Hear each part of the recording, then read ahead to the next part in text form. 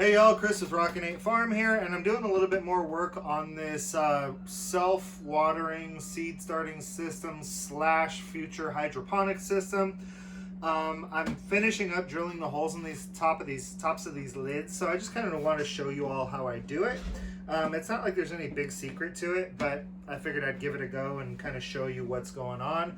My cameraman just walked in here, so I'm going to take advantage of using this. Is a 2 7/8 inch hole cutting bit. And the reason it's 2 7/8 inch is because, like I said, I don't like one-trick ponies. When we're done using this for seeds, we're going to put net pots in this and use it as a hydroponic system to grow lettuce and stuff like that. So what I like to do is I like to kind of figure out, and this is just rough eyeballing it. I'm not such a perfectionist that I'm going to get out a ruler and everything, but you're more than welcome to. So I'll start by just drilling the pilot hole.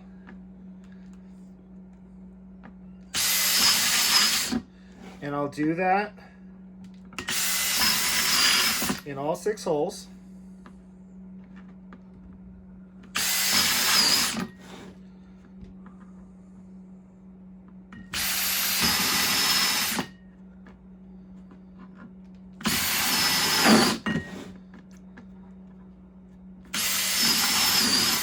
The reason I do it in all 6 holes is because now the 2 lids that I had, I've already got holes marked in this one. So when I was doing it earlier, I had like 3 lids stacked up, 4 lids stacked up, and I would just kind of go in and I'd put the holes in, and then I'd lift the lid off and there was already a hole there and I could move down. So all of my totes look relatively similar. So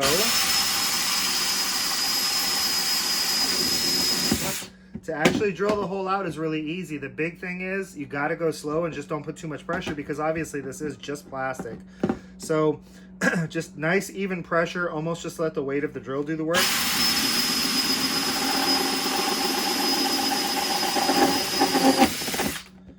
Obviously, if I was really leaning on it, I could probably get it through a lot quicker, but I might also risk breaking the lid.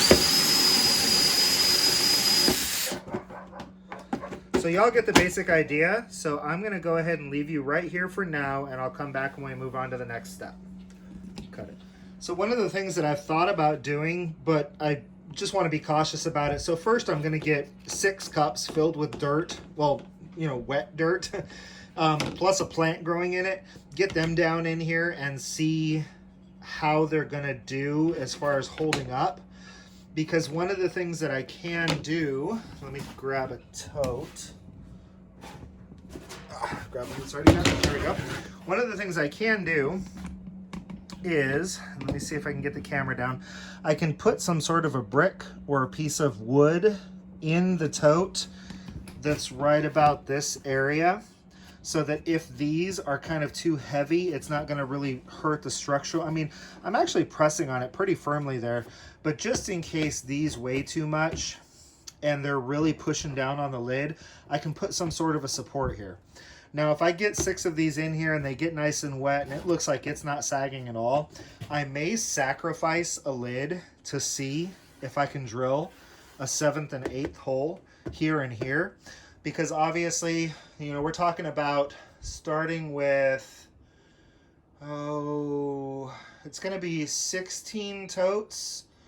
You know, and 16 times 6 is 96, but 16 times 8 is another 32 on top of that, which would be 98, 108, 108, 128 plants.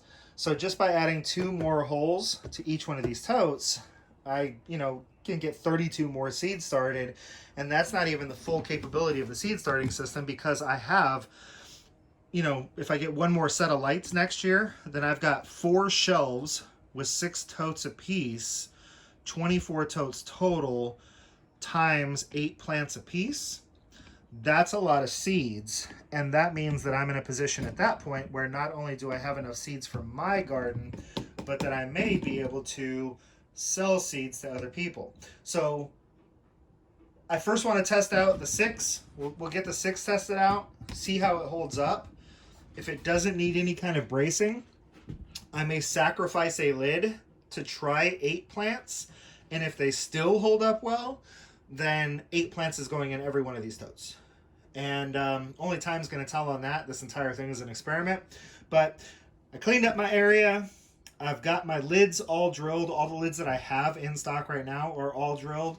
I need to clean up some of the rough burrs on the edges of the lids, and then I'll be back in another minute. Alrighty, we're back. So got the rough edges cleaned up on a couple of these totes, just kind of showing you the next steps. So I was able to find 16-ounce cups. The traditional red Solo cup, turns out, is 18 ounces. I knew I needed 16-ounce cups because I actually looked up the specs on the diameters as the cup graduates from small to large. So I knew I needed 16-ounce cups. I think that's going to be a great size for a seed start. Plenty of soil in there to let enough root mass get built up. And they fit well into my holes, which will, in the future, have 3-inch net pots. So I just grab a 1/4-inch drill bit, grab about 6 cups at a time. Again, not too much pressure. And you just drill out all six cups at once. Saves a little time. Cut the string down to 16, 18 inches-ish. You know, not too long, but I do want some to curl up in the bottom of the tube. Right, so if you take and kind of pinch together the edges a little bit and get it small enough, then you can just work the edge into the hole. And that's the hardest part because obviously when you cut the rope, the end of it kind of flares. And I didn't want to burn or seal off the rope or anything like that. So you just got to get enough of it in there that you can pull it out until it's just above the top of the cup. You've got quite a bit hanging out down under the bottom. But then what we do here is when we fill this with dirt, this is going to run up the middle and kind of almost even just curl around the edge a little bit. My goal here is that when I go to plant these, I can pull the cup out. The cup is full of dirt. There's a nice plant growing right here. And then I can just grab this string and very gently pull it at the bottom and pull the string out and discard it. And then I can take my cups out to the garden to remove the plant. Or if I need to, I can even cut the cups so I don't disturb the roots. We'll see how that goes when we get there. That's another 1.5 months away. So pull it up until it's just above, and then it's going to go down into our seed starting system. And is that a good view there? And you can see that it's kind of curled up in here. So if this has liquid up to just below the cup, there's a lot of string that has contact with the liquid to start the wicking action. What I'll do is I'll go ahead and I'll put the link to this wicking string. I did get this off of Amazon, and that's what it's specifically designed for. It is designed for, if you can hear the Rockin in the background, we've got a puppy running around in here. This string is specifically designed to wick moisture. It's made for wicking plants. So I'll put the link to this in. I've already given you the link to the totes, but I'll put them in there again. And what else am I using in this video? I'll give you the link to the 7/8 inch hole saw because we use that in this video. And I think that's going to be all of the links in this video. When I get the entire system done, I'll make sure I give you links to everything that's in it. So the next step after this is fill these cups with soil with the string in the middle, and to fill the tote with water because I want to test and make sure that these are actually going to wick and that they're actually going to dampen the soil. So that's our next step. All right, so now I will take a quick second to show you how the dirt goes into one of these cups. It is absolute rocket science. I'm a pure genius for figuring this out, so I totally understand if you won't be able to. Obviously, I'm joking. There's nothing complicated about this. Basically, you hold the wick up, pack some soil in. The soil that I'm using, I've actually never used before, but I just liked some of the things that it said on the bag. Does anybody else buy soil because of the things that it says on the bag? I like when it says things like coconut core because I am a permaculturist. So I do not like using things like peat moss, which is not a renewable resource because it takes hundreds of years for a peat moss bog to form, whereas coconuts grow all the time. So when it's got coconut husk and stuff like that in it, it's just more of a renewable resource for things like our potting soil. So hold the string up, pack the dirt in around it, just kind of lay this bad boy down, finish putting some dirt in there. In theory, this should wick up. We'll put our seed in there. It should be nice moist soil. We shall see. That's how you pack a cup. Here is my semi ready to go product. I've got one sitting right back here because I need to fill this thing up with water, set the cup down into it, and then check tomorrow to see if the soil is moist and if it's wicking. Let me go get some water. All right, so there you have it.